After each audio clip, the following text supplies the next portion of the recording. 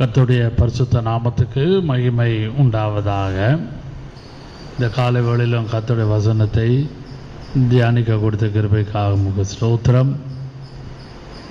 கர்த்தர் நம்மளை இந்த வாரமும் மழை இல்லாமல் பாதுகாத்து கொண்டார். இது ஒரு மழை காலம்.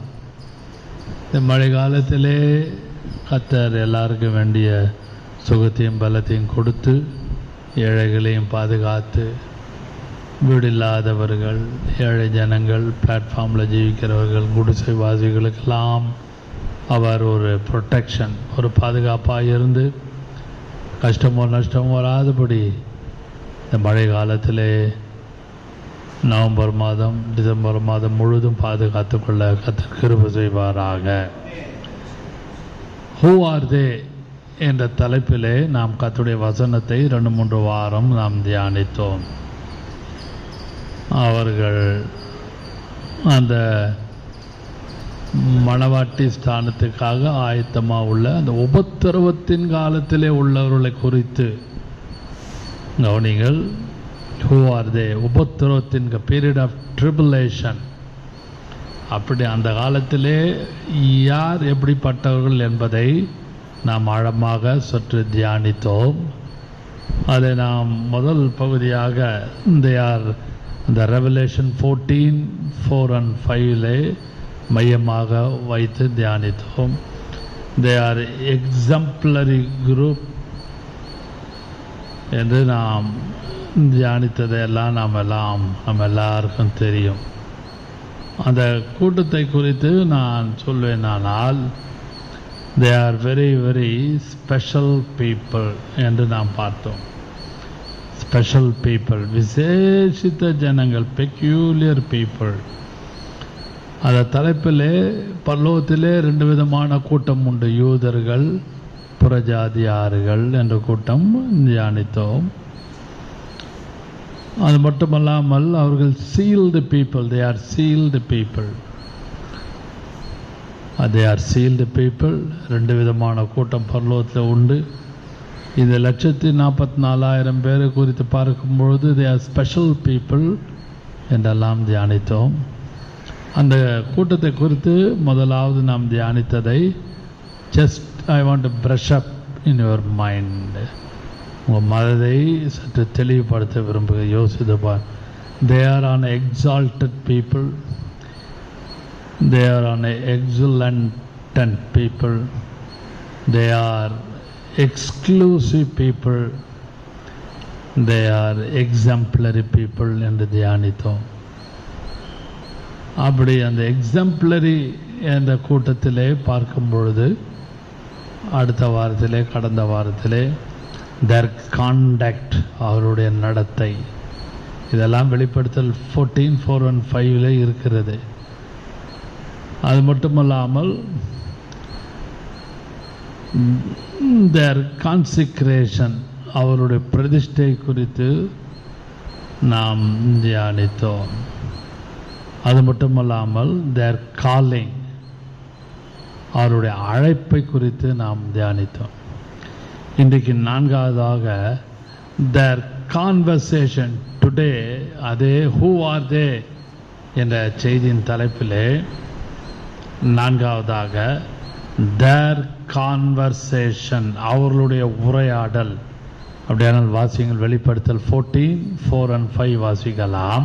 ஸ்திரீகளால் தங்களை கரைப்படுத்தாதவர்கள் இவர்களே, கற்புள்ளவர்கள் இவர்களே, ஆட்டுக்குட்டியானவர் எங்கே போனாலும் அவரை பின்பற்றுகிறவர்கள் இவர்களே. இவர்கள் மனுஷரிலிருந்து தேவனுக்கும் ஆட்டுக்குட்டியானவருக்கும் முதற் பலனாக மீட்டுக் கொள்ளப்பட்டவர்கள். கவனிங்கள், இந்த 5வது வசனத்தை நன்றாக கவனிங்கள். இவர்களுடைய வாயிலே கபடம் காணப்படவில்லை. இவர்கள் தேவனுடைய சிங்காசனத்துக்கு முன்பாக மாசில்லாதவர்களாய் இருக்கிறார்கள். அப்படியானால் இவர்களுடைய வாயிலே கபடம் இல்லை. In their mouth was not found the lie. அவர் வாயிலே பொய் காணப்படவில்லை, கபடம் காணப்படவில்லை. சிலர் கபட்டு வசனிப்பால் ஜனங்களிடத்திலே பேசுவார்கள். நம்ம எல்லாம் உலக பிரகாரமாக பார்த்துருக்கிறோம். குடும்பத்திலும், சொந்தக்காரர்கள் மத்தியிலும், ஊழியக்காரர்கள் மத்தியிலும், friends and relations, in official sector விஷயத்தில் பார்க்கும் பொழுது some people they are involved in, இந்த இடத்துல பார்க்கும் பொழுது வசனம் சொல்லுது, they are lying people. In their mouth was not found the lie. அப்படியானால்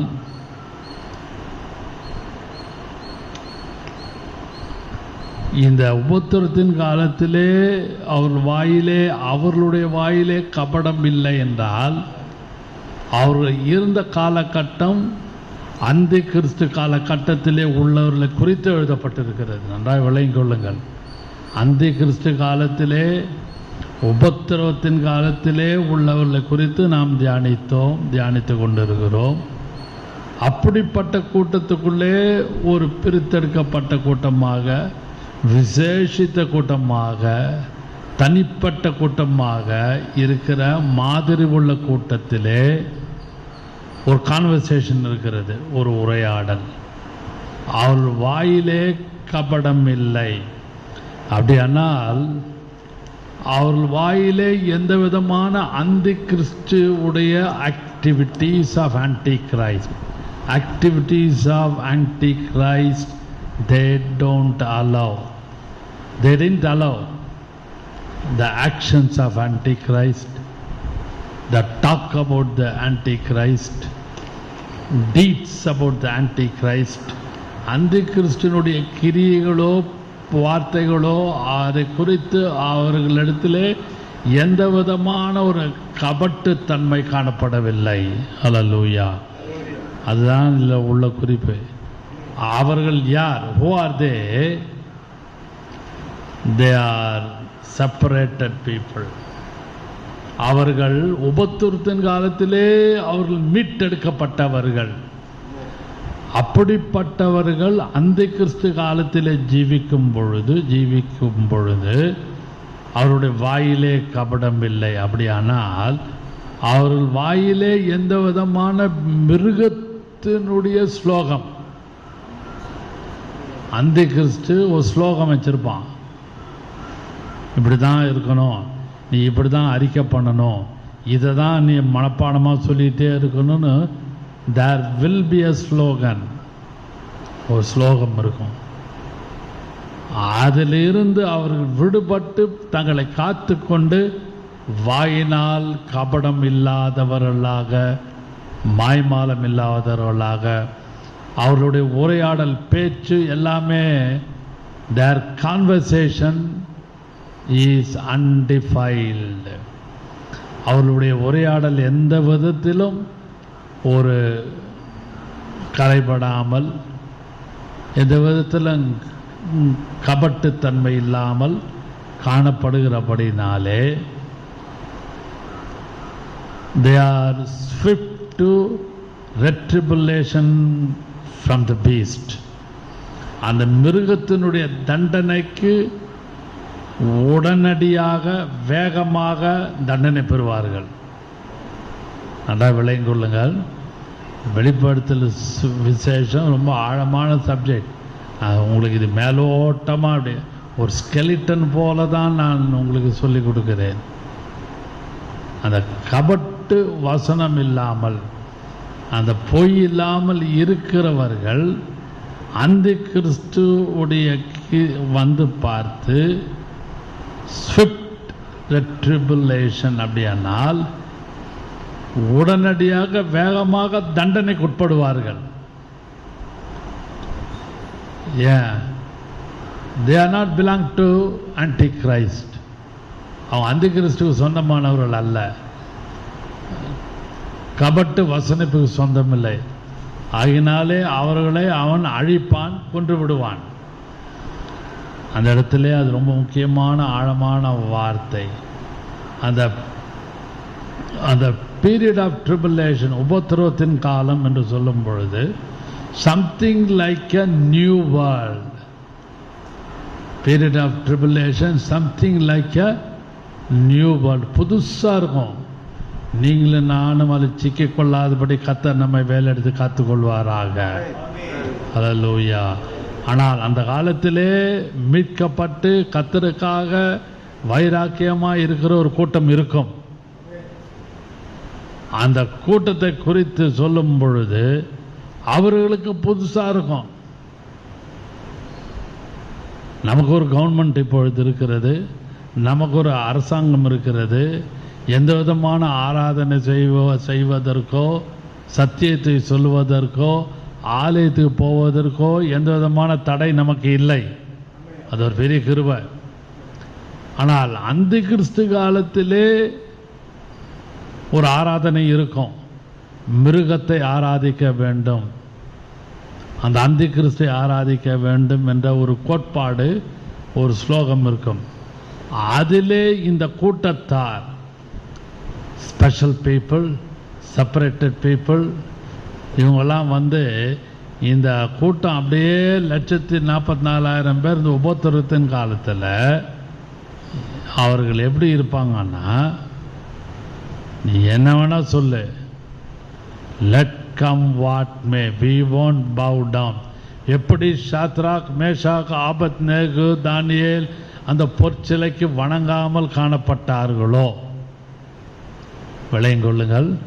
சாத்ராக், மேஷாக், ஆபத்நேகு அந்த தானியெல்லாம் அந்நிய தேசமாக பாபிலோனில், அவர்களெல்லாம் இஸ்ரவேலிலே ஒரு கோட்பாடுக்குள்ளே காணப்பட்டார்கள்.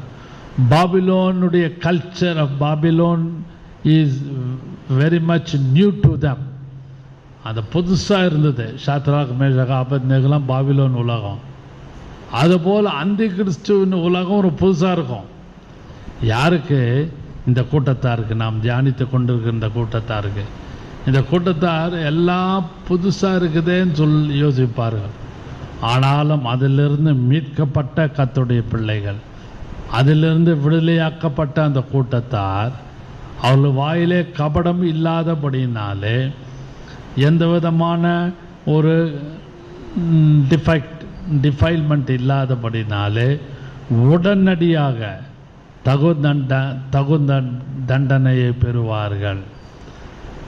ஆனால் அந்த உபத்திரவத்தின் காலத்தில் இருக்கிற உலகம் அந்த காலகட்டத்தில் உள்ளவர்களுக்கு அது புதுசாக இருக்கும். New world for them. By the grace of God we are all escaped. We will be escaped. அன்பான கர்த்தருடைய பிள்ளைகளே, இந்த விஷயத்திலே நீங்களும் நானும், அதாவது விக்டோரியஸ் பிலீவர்ஸ், ஜெயம் எடுக்கிற, உபத்திரத்தின் காலத்திலே ஜெயம் எடுக்கிற விசுவாசிகள், அவர்கள் எந்த விதமான ஒரு they won't pay any service, refuse to pay or refuse to pray lip service. உதட்டின் அளவு கூட அவர்கள் அந்த அந்தி கிறிஸ்துவை வணங்க மாட்டாங்க. உதட்டின் அளவு. நம்ம சொல்லுவோம், சும்மா பேச்சுக்கு சொல்லிட்டு போகிற, உனக்கு உள்ளத்தில் ஒன்றும் அந்த அளவுக்கு ஒரு இது கிடையாது, கிரிப்பு இல்லை, மனசில் இல்லை. சும்மா நான் கேட்குறேனேன்னு உதட்டில் ஒரு பதில் சொல்கிறோம்ல, அதுபோல் அந்தி கிறிஸ்து காலத்தில் உதட்டு அளவு கூட அவங்க கபடம் இல்லாமல் காணப்பட்டார்கள். அதை நீங்களும் நானும் நன்றாக விளங்கிக் கொள்ள வேண்டும். அன்பான கதை, இதுதான் அவளுடைய கான்வர்சேஷன், தேர் கான்வர்சேஷன்.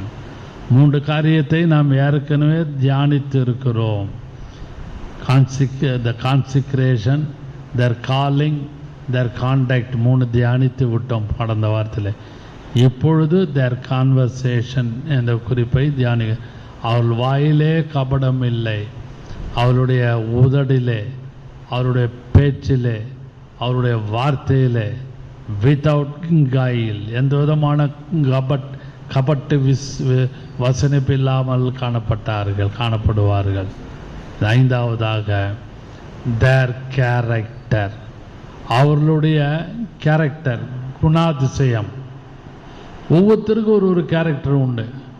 சிலர் கோவப்படுறது ஒரு குணாதிசயம், எரிச்சல் படுவது, படபடன்னு இருப்பது, எல்லாவற்றையும் ஸ்பீடாக செய்யறது, எடுத்தோம் கவுத்தோன்னு பேசுறது, இதெல்லாம் ஒரு குணாதிசயம்.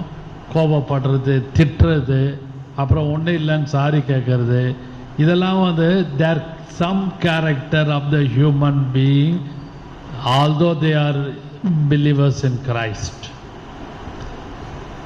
வாசிக்கலாம், அதே வசனத்தை வாசியுங்கள். வெளிப்படுத்தல். இவர்களுடைய வாயிலே கபடம் காணப்படவில்லை, இவர்கள் தேவனுடைய சிங்காசனத்துக்கு முன்பாக மாசு இல்லாதவர்களாக இருக்கிறார்கள். மாசில்லாதவர்கள். நல்லா கவனிங்கள், அவர் எந்த விதமான மாசில்லாதவர்கள். அப்படியானால் வசனத்திலே நாம் பார்ப்போமானால், their mouth was found no guile and they are without fault. மாசில்லாதவர்கள், they are without fault before the throne of God.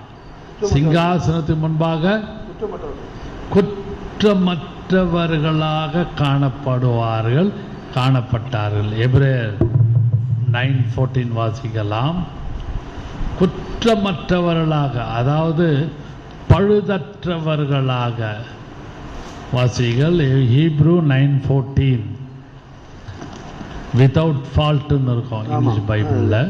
நித்திய ஆவியினாலே தம்மை தாமே பழுதற்ற, தம்மை தாமே without fault, he gave himself like without fault.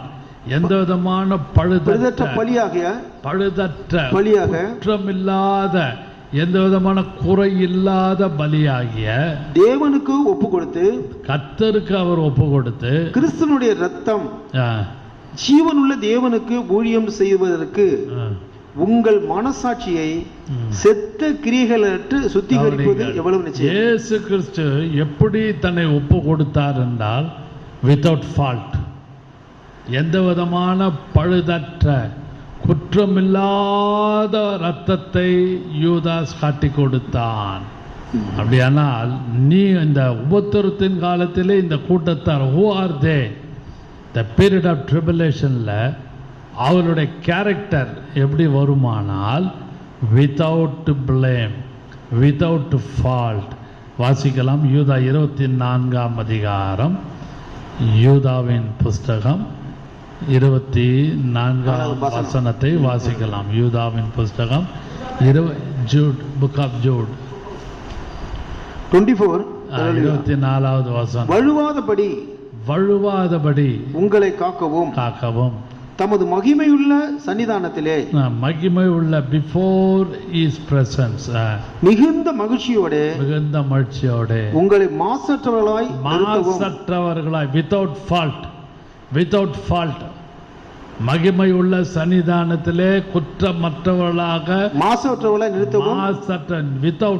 மாசற்றவர்களாக நிறுத்தவும் வல்லமை உள்ளவரும் ஒருவரே ஞானம் உள்ளவருமாகிய நம்முடைய இரட்சகரான தேவனுக்கு கனமும் மகத்துவமும் வல்லமையும் அதிகாரமும். கவனிகள் போதும். வித்தவுட் ஃபால்ட், மாசில்லாதவர்களாக அந்த உபத்திரத்தின் காலத்திலே காணப்பட்டார்கள். பழைய ஏற்பாட்டின் காலத்திலே கவனிங்கள், இந்த உபத்திரத்தின் காலத்திலே நாம் பார்க்கும் பொழுது விசேஷமாக குறிப்புக்கு வருகிறேன். அந்த பழைய ஏற்பாட்டின் காலத்தில் ஓல்ட் டெஸ்ட்மெண்ட்ல ஆசாரியனிடத்திலே பலி செலுத்த கொண்டு வருகிற எந்த விதமான பொருளாக இருந்தாலும் அதில் ஒரு வார்த்தை, அந்த அனிமல், அந்த மிருகத்தை he was scrutinized, நல்ல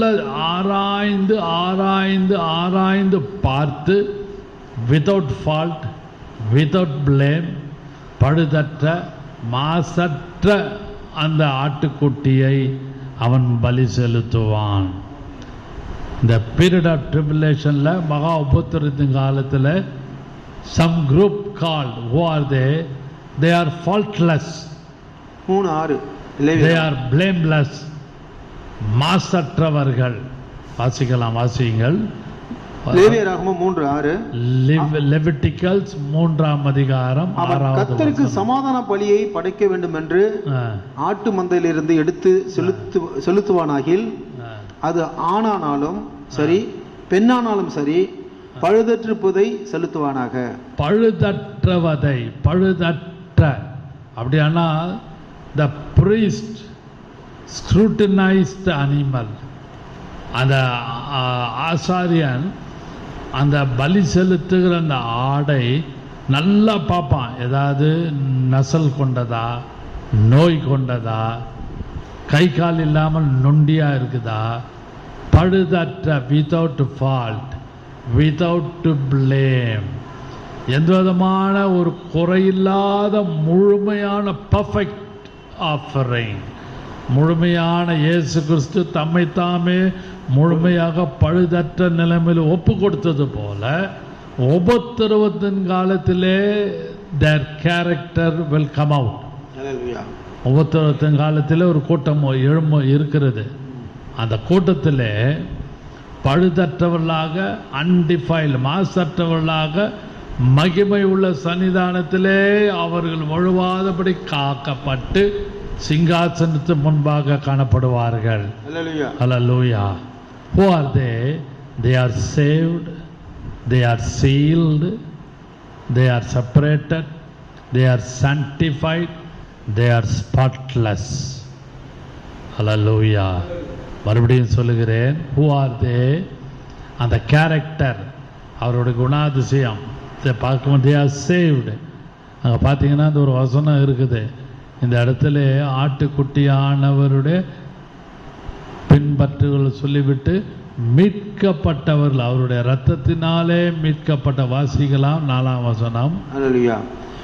ஸ்திரீகளால் தங்களை கரைப்படுத்தாதவர்கள் இவர்களே, கற்புள்ளவர்கள் இவர்களே, ஆட்டுக்குட்டியானவர் எங்கே போனாலும் அவரை பின்பற்றுவர்கள் இவர்களே. அது முன்ன இவர்கள் சரி, அவர்கள் சிங்காசனத்திற்கு முன்பாகவும் நாங்கள் ஜீவன்களுக்கு முன்பாகவும் மூப்பர்களுக்கு முன்பாகவும் புது பாட்டை பாடினார்கள்.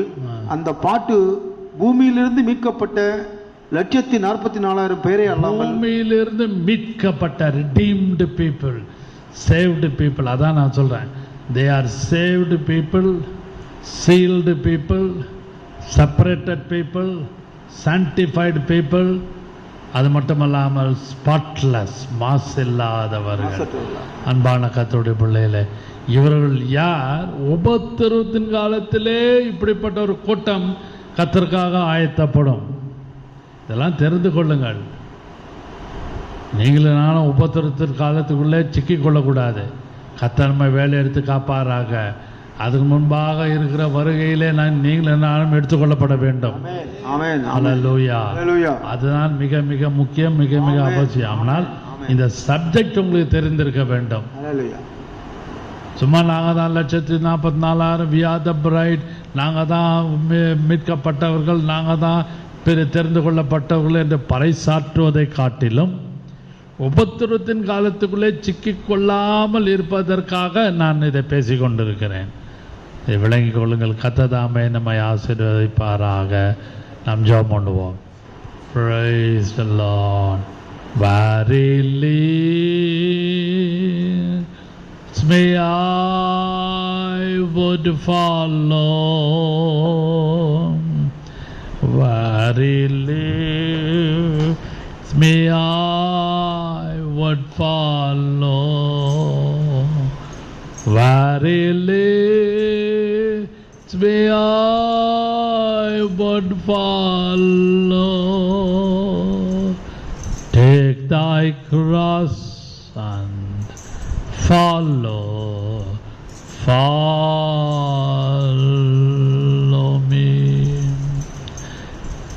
Evidatum pilne salve, cadanalo pilne salve, medanalo pilne salve. எந்தன் இயேசு ஓடு செல்வே. Where he leads me, whithersoever the Lamb of God goeth. கர்த்தர் எங்கெல்லாம் நம்ம வழி நடத்துகிறாரோ அங்கெல்லாம் போவதற்கும் பின்பற்றுவதற்கும் நீங்களும் நானும் ஆயத்தமாயிருப்போமாக. கர்த்தர் தாமே நம்மை ஆசீர்வதிப்பாராக. ஆமென். அன்பின்